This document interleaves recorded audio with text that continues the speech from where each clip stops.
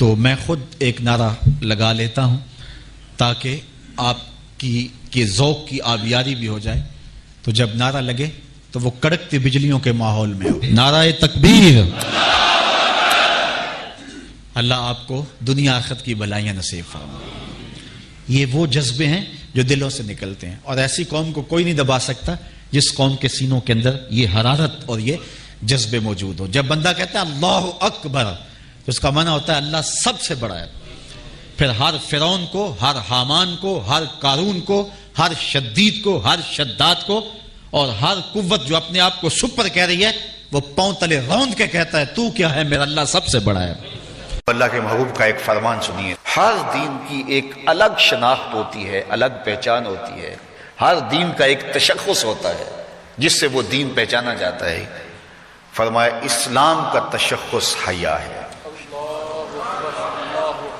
اب مجھے یہ بتائیے، ہر وہ رسم، ہر وہ طرز زندگی جو اسلام کے اس مزاج سے ٹکراتی ہو تو عملی طور پہ ہمیں اس کا بائیکاٹ کرنا ہوگا، اور اس کے لیے ہمیں کوشاں ہونا پڑے گا. اس لیے کہ اسلام کا مزاج یہ ہے کہ اسلام ہمیں درس حیا دیتا ہے. صرف درس حیا نہیں دیتا بلکہ رسول رحمت نے فرمایا ہر دین کی ایک الگ پہچان ہے، ایک شناخت ہے اس دین کی. اسلام کی شناخت حیا ہے، اور حیا ایک ایسی دولت ہے جب یہ روحوں میں اترتا ہے اور من میں سماتا ہے تو اللہ تعالیٰ جل شانہ کی رحمتیں اس شخص کے اوپر نازل ہوتی ہیں. سب سے زیادہ اس کائنات میں حیا کرنے والے، حدیث پاک میں آتا ہے حضور علیہ الصلوۃ والسلام کواری لڑکی پردے میں جس طرح سمٹی ہوئی ہوتی ہے، فرمایا اس سے بھی زیادہ حیا کرنے والے تھے. تو ہمیں درس حیا کا دیا گیا، اور ایک مقام پہ یوں ارشاد فرمایا گیا کہ حیا اور ایمان یہ دونوں جڑی ہوئی چیزیں ہیں. اگر ان میں سے ایک رخصت ہو جائے تو دوسری شے بھی رخصت ہو جاتی ہے. اگر ایمان چلا گیا ساتھ حیا بھی رخصت ہو جاتا ہے، اور اگر حیا چلا گیا تو ایمان کے ثمرات بھی نصیب نہیں ہوتے. تو حیا اور ایمان یہ دونوں آپس میں جڑی ہوئی چیزیں ہیں. ان میں سے ایک تم سے الگ ہوگی تو دوسری اس کے ساتھ ہی چلی جائے گی، ساتھ ہی رخصت ہو جائے گی. تو آج مغرب کی فکر کے حامل لوگ آج دلیلیں دیتے ہیں جناب پردہ تو آنکھ کا ہوتا ہے، پردہ تو جناب دل کا ہوتا ہے.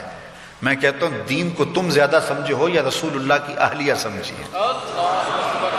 جن سے فرمائش حمیرہ سے دین سیکھو، وہ فرماتی ہیں جب حضور کا انتقال ہو گیا تو میں حضور کے حجرے میں جاتی تو معمولی اوڑھنی اوڑھ کے چلی جاتی کہ میرے شوہر کی قبر ہے، کوئی بات نہیں.